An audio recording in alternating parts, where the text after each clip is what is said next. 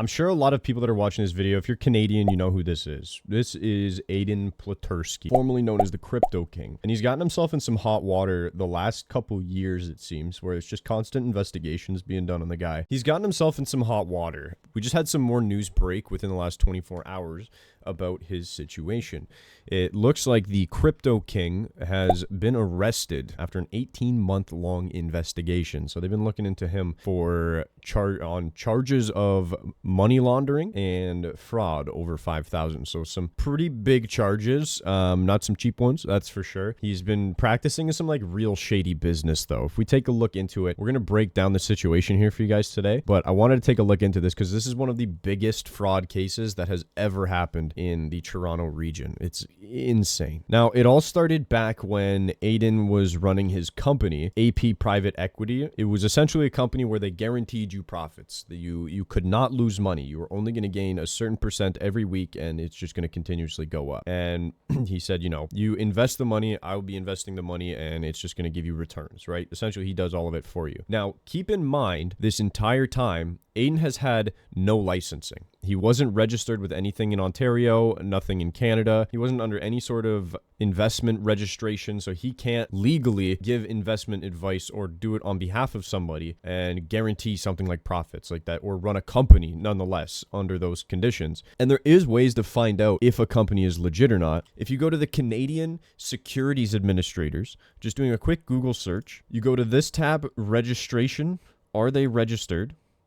Click this button here, and you can search the individual or their firm. You can search by the firm name or the NRD number, and it makes it super, super easy, super quick, and you can find out if the business you're dealing with in terms of investments is legit. So I definitely recommend, if you're engaging in any type of investment, check first before you end up in a situation where you're part of a gigantic Ponzi scheme. Not long after the investments started rolling in, he accrued somewhere around about $40 million, and investors at some point along the line tried to take their money out, and they started realizing that they couldn't. This all turned into its own situation, which resulted in a lot of complaints getting filed against Aiden, and then nonetheless, a few months later, he files for bankruptcy. There comes a lot of stipulations with bankruptcy. I don't know the exact set of stipulations, so I'm not going to dive into them, but you'd think somebody that goes through bankruptcy or is in the midst of it, going through the litigation processes of it, wouldn't be able to do, extravagant or lavish things. Well, Aiden lived his life a little bit differently.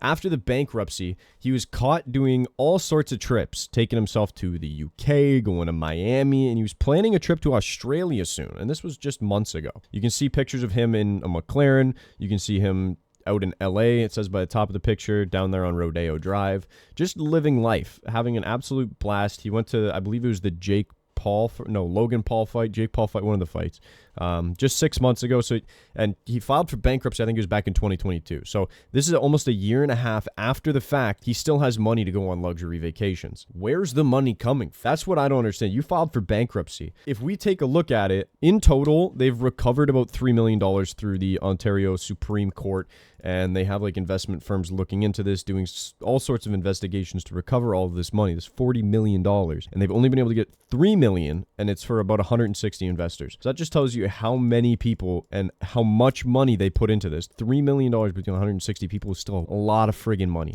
With that $3 million out of the way, they had also figured out that he spent roughly about $16 million on himself, totaling out to about $19 million, $20 million, give or take, I guess, $1 million. With that being said, that should still leave around about $20 million. In my eyes, if he had any sense whatsoever of using his brain, he would have taken cash out. He would have stacked cash, put it somewhere, or had some sort of account set up that's not attached to him where he can still get to those funds, and he probably moved a lot of that money. That's the only thing that makes sense to me. How else are you affording trips like this unless you gave money to somebody and they're paying for it, or you stashed the money somewhere and you're paying for it? There was streams leaked where he was at Topgolf and he says, I'm just going to pay with cash. So it seems like he's only paying with cash, which is the smart thing to do, granted the amount of eyes that are on him. But it's like, where's the money coming from? And he has been doing stuff like Twitch streams, but to assume he's making this much money. There was a report that say he spent like $150,000 in like one trip, which is absurd. That's so much money for a trip where you're just going for maybe like either, you know, couple weeks to a month. 150 grand? Like, are you, huh? You just watched, you know, all over Twitch for doing all these trips whilst bankrupt. Investors are pissed at him, and he's living life the way that he really shouldn't be whilst going through bankruptcy litigation. Nonetheless, he did what he wanted. He lived the life that he was always dreaming of back when he was a high school student doing like crypto flips for Counter-Strike skins. And so with that out of the way, it covers pretty well everything that he's done to get himself in this situation. It covers the issues where he's still traveling, doing all sorts of fun stuff. Everyone's got eyes on him. There's a lot of investigations open on him. He's going to different countries. He's renting private jets, renting supercars, just living life to the absolute max. And he does all of this up until just a few days ago, where his associate Colin Murphy, 27 years old, was arrested and charged with fraud over $5,000, in which he also admits to running his own Ponzi scheme. So his close associate turns himself in and admits to running a Ponzi scheme and gets charged with fraud over $5,000. 4 days later, Aiden Pleterski was arrested and charged with fraud over $5,000 and laundering the proceeds of crime. Money laundering and fraud over $5,000. Two pretty big hits. However, he was released, keep in mind, on bail. Bail being set at $100,000, so not a cheap bail. Nonetheless, he still got out on bail, and he has to follow his new bail conditions. According to the court documents, those conditions include surrendering his passport, not contacting investors, refraining from making any social media posts involving financial matters such as soliciting investments,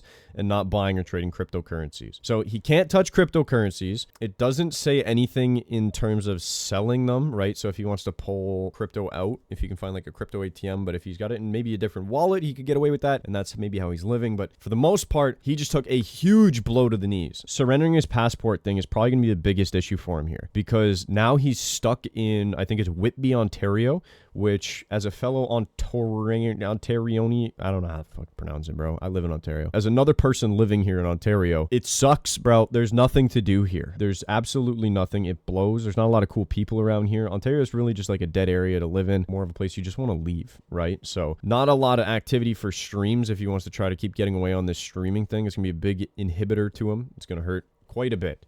Contacting investors, I don't think that's a big issue. I think he's trying to stay away from them anyways in the meantime. And making social media posts involving financial matters such as soliciting investments, that's probably not a big issue of his anymore. It seemed like he was just more doing stuff on the terms of like living life when he was doing a lot of his Twitch streams and traveling. So we'll see where that leads him. But nonetheless, he's stuck living in his parents' basement, no passport, and likely somewhere upwards to, I'd say at a bare minimum, $10 million in like crypto that's hid away and they are still looking for, and there's probably another 10 million that they'll eventually find. But there's no way he just didn't hide any of that money, and he's not kind of just keeping it hush hush. If he told anybody about it, then he might be in a bad situation, because then they've got a little bit of leverage on him. Could even hit him with some blackmail, but that leads into a whole different set of multitude of charges for other people that get kind of wrapped up and involved in it too, right? Accessory to crime and all that garbage. But nonetheless, he has put himself in a bit of a checkmate. So he's either got to lay low for the next few years, pull a Jordan Belfort, and then just hope everyone's cool with it, come out on top on the other side. But for now, back in the basement. I hope you guys enjoyed. I know this isn't like exciting news, but it's news nonetheless. I'm a fellow Canadian here, so it's neat seeing stuff like this, especially when it's the largest case that's ever happened in terms of like fraud and money laundering around here. And